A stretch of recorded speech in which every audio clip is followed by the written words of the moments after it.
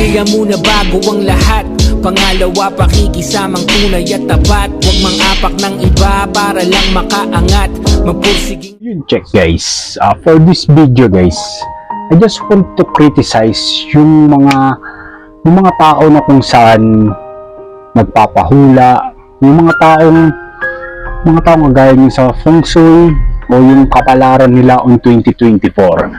I just want to criticize this kind of issue na kung saan kung gusto mo talaga magmasenso on 2024 ito advice ko lang, hindi lang mahirap.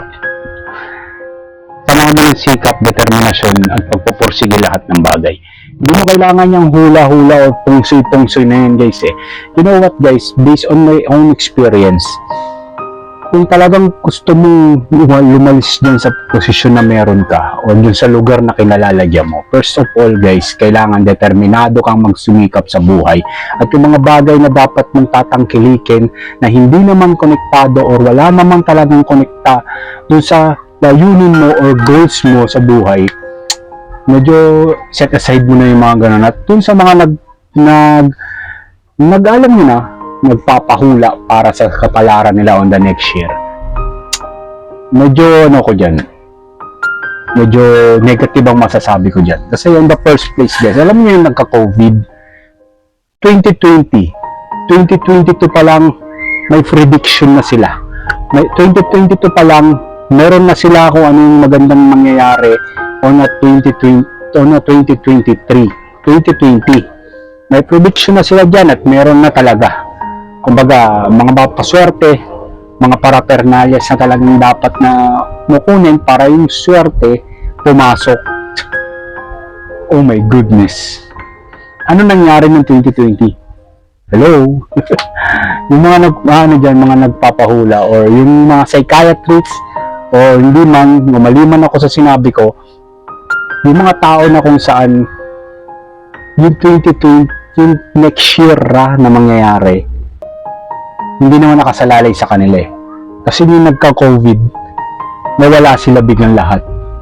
Ultimo, yung nag-predict na maganda ang kapalaran ng 2020, dinapuan ng COVID. And now, sorry to tell you guys, pero basically, yung pinaka-swerte na talagang pwede mong i-predict sa sarili mo, yung pananalig sa Diyos. Wala na tayong ibang pag-uusapan. Siya ang nakahawak, siya ang mas nakakaalam ng kapalaran mo na next year. That's paraphernalias. That's idea. And that's only a prediction. So, hindi ako naniniwala na ang magandang kapalaran mo next year kung hindi ka kikilos. Hindi ako naniniwala na gagandang kapalaran mo next year kung hindi mo gagalawan lahat ng bagay. May mga pangarap ka, may mga layunin ka, at may goals ka in this 2024. And that's good for a normal people. Technically, huwag ka masyado magpapaniwala sa mga ganun. Kasi, kung lagi kang aasa sa ganyan, mga pampaswerte, mga pampaano, kamusta sila? Yung 2020, nagka-COVID, nag-race, lahat nagkaroon ng maraming namatay, maraming nag-positive. Nasaan sila? Nasaan sila sa hindi na lang 2020 na swerte? Masalimuot yung nangyari yung taon na yun. And I don't, kumbaga, ayoko na siyang balikan. Kasi mismo ako naging biktima nun. At alam niyo yan. Alam din ng lahat yan. So, yung pakiramdam na hindi magandang kalalagyan mo next year, ka masyadong magtitiwala sa instinct ng ibang tao.